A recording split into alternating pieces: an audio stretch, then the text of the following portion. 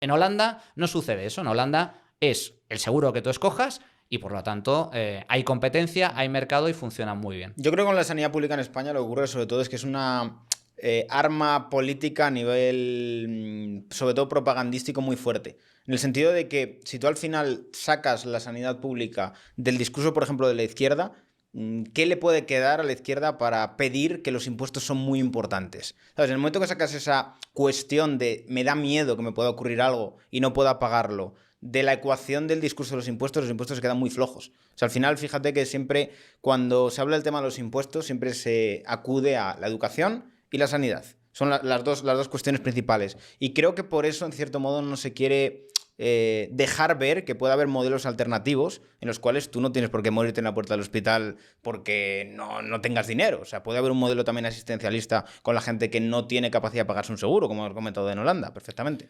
A mí, yo me conformaría con que nos dejasen escoger. Ya.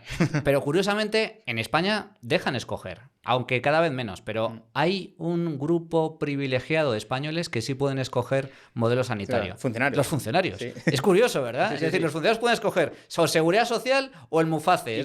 Y curiosamente escogen el privado. Y curiosamente, más del 90% escoge el privado. Por cierto, este sistema es justo el que ahora se quiere cargar la ministra de Trabajo, Yolanda Díaz. Ni siquiera permitir a los funcionarios que puedan escoger el modelo. Yo creo que es un modelo que funciona razonablemente bien y lo que me gustaría es que lo extendiera a todos los españoles.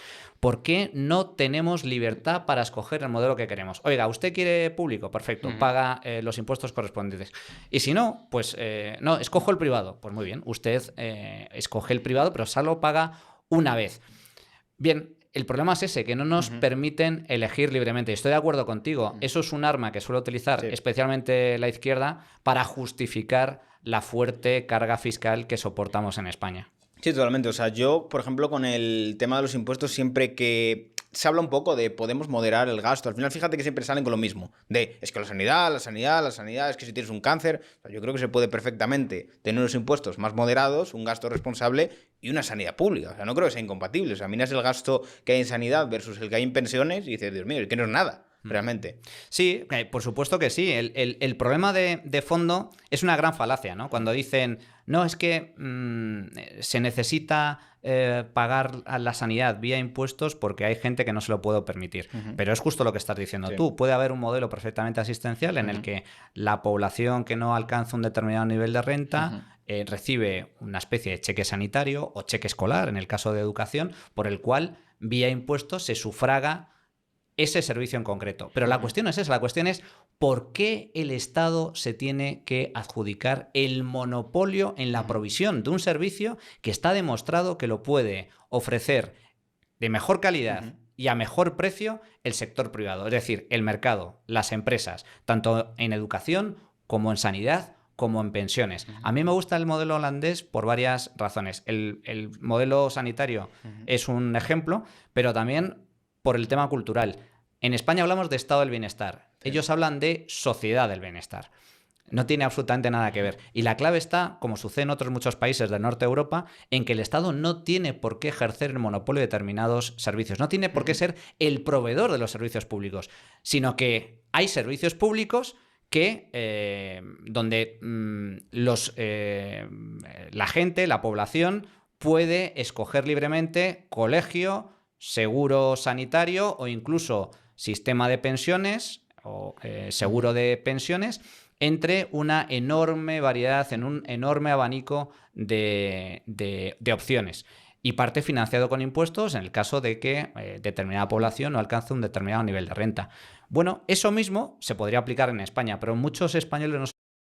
Con YouTube Premium tendrás YouTube sin anuncios y reproducción en segundo plano. Así son conscientes de que hay vida más allá del estado del bienestar. Ya, es que eso es un problema muchas veces. Yo creo que a muchos españoles les vendría bien viajar bastante, en el sentido de hay una visión muy de lo que tenemos nosotros lo mejor del mundo y los de fuera se deben de morir. Cuando en realidad te das cuenta que hay muchos modelos muy distintos, algunos mejores, otros peores, pero te das cuenta, pues, sobre todo cuando viajas, de que el español vive muy abducido en sí mismo, de lo nuestro, no existe, como si no existiera más modelos más allá de sanidad, educación, incluso, si te pones a mirar incluso el ejemplo de los países nórdicos, mucha gente si fuera a los países nórdicos con algunas cosas alucinaría, como por ejemplo el tema del despido libre, con muchas cuestiones que dirían, oh, Dios mío, esto es intolerable. Pero creo que hace falta muchas veces eso, el que la gente viaje más y vea más modelos. Incluso algo tan simbólico como es el tema del empleado público, de los funcionarios. Sí. En España, la inmensa mayoría son funcionarios y por lo tanto tienen que aprobar una oposición y luego tienen la plaza en propiedad de por vida. Es casi imposible.